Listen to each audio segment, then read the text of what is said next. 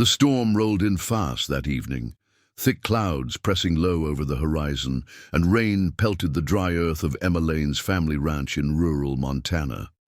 She had just finished locking up the barn and feeding the horses when a low rumble of thunder startled her old dog Buck from his nap on the porch. Emma lived alone ever since her husband passed away 2 winters ago. Life on the farm was hard, but she managed. She wasn't expecting anyone, not in this weather, not ever, really. So when she heard a knock on her door just after sunset, it nearly stopped her heart. Buck barked, but not in a threatening way, more curious, almost uncertain. Emma pulled her shawl tighter around her shoulders and approached the door slowly. When she opened it, the cold wind rushed in, along with the smell of wet soil and distant pine. Standing there in the dim porch light was a man, a cowboy by the looks of him. He was drenched head to toe in mud and rainwater, wearing a wide-brimmed hat that sagged from the wet. His beard was scruffy, his clothes torn at the edges, and his boots looked like they'd walked through hell.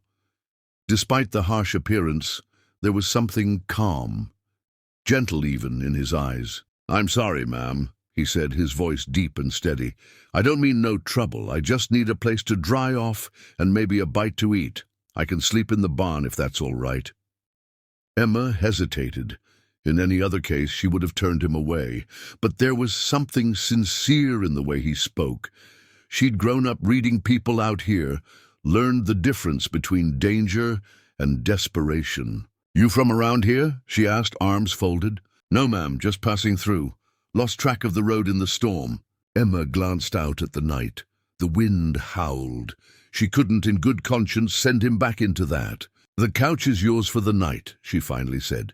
"You can warm up by the stove, but any funny business and you'll meet the barrel of my late husband's shotgun. Clear?" He nodded with a faint smile. "Clear, ma'am, thank you kindly." Once inside, the cowboy took off his hat, revealing hair that, though messy, looked like it once belonged to a man used to finer things. She handed him a towel and poured him hot coffee while heating up leftover stew. "What's your name?" she asked. "Cole," he said simply. "Last name?" He looked down. "Just Cole for now." Emma didn't push. She figured he had his reasons. As he sat quietly by the fire, sipping the coffee, Buck walked over and rested his head on the stranger's knee. Emma's brow lifted in surprise. Buck didn't warm up to people easily.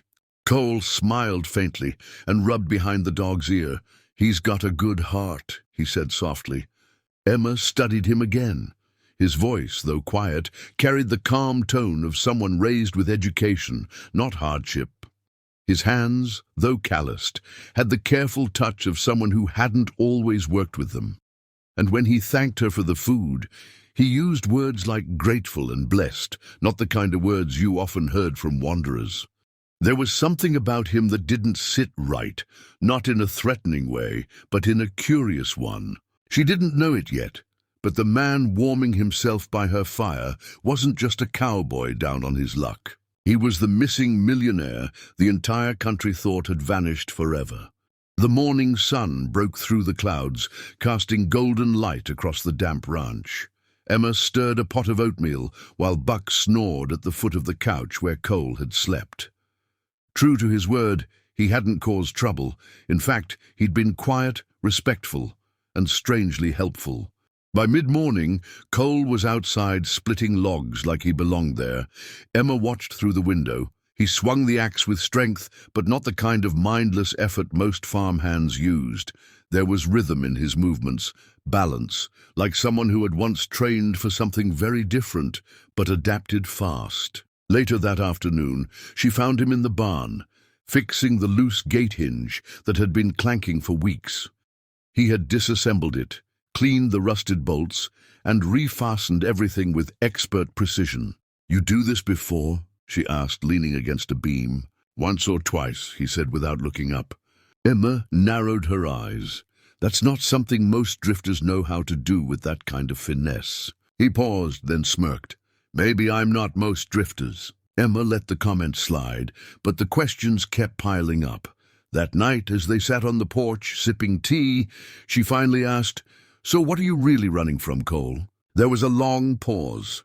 The only sound was the creaking of the rocking chairs and the distant chirp of crickets. "I lost everything," he said quietly. "People I trusted betrayed me. The world I knew took it all from me overnight. I left because I had to figure out if there was anything real left in me." Emma nodded slowly. She didn't press further, not yet. The next day, as she swept out the barn, something shiny caught her eye beneath the haystack. She bent down and pulled out a small engraved pocket watch. It looked old, silver-plated, elegant and heavy. Etched on the inside, C.W. Emma froze. C.W.? Her heart skipped. That name had been all over the news 2 years ago. Charles Walker, the billionaire tech entrepreneur who vanished after a corporate betrayal and a public scandal. They said he went missing without a trace. Some believed he faked his death. Others believed he'd fled overseas. She looked up toward the house where Cole, if that was his real name, was now gently repairing a fence post. Her mind raced. The posture, the voice, the clean vocabulary, the precision, the knowledge of things a simple cowboy shouldn't have known. Could it be? That evening, as they ate quietly at the small wooden table, she placed the watch between them. He stared at it for a long time before speaking. "Where'd you find that?" "In the barn," she said. "You dropped it." Another long silence. Finally, he leaned back, exhaled slowly, and said, "You weren't supposed to know." Emma folded her arms. "You're Charles Walker, aren't you?" He gave a soft nod. Weeks passed quietly on the ranch, and Cole, Charles Walker, stayed. No longer a mystery, he worked the land like a man trying to earn redemption. Emma didn't treat him like a billionaire or a ghost from the headlines. She treated him like a man with a past who was finally learning to live again. Their routine became something sacred. Mornings started with coffee on the porch. He mended fences and helped her with livestock. Evenings were spent laughing under the stars, playing cards and telling stories from completely different lives. And while neither said it aloud, something unspoken bloomed between them, warm, patient, and real. But peace has a way of being tested. One Tuesday afternoon, a black SUV rolled slowly up the dirt road, leading to Emma's ranch. Charles saw it first, stepping out of the barn with a narrowed gaze. Emma followed his eyes and felt her heart clench. 2 well-dressed men in dark suits stepped out. She didn't need introductions. These weren't ranch folks. One of them called out, "Mr. Walker, we've been looking for you." Charles's jaw tightened. "Please," the man said more gently. "You don't have to run anymore. The people who tried to ruin you are behind bars. The board wants you back. The company's in chaos without you." Emma stood silently by his side, unsure of what he'd do. "I don't belong there anymore," Charles replied. "I found peace here. This is my life now." The second man stepped forward, handing him an envelope. "At least read this. It's from your sister. She didn't know how to reach you, but she never stopped hoping you were alive." Emma looked at Charles. His expression broke just slightly, nostalgia, guilt, longing all flashing through his eyes. That night, after the men left, Charles sat on the porch holding the unopened letter.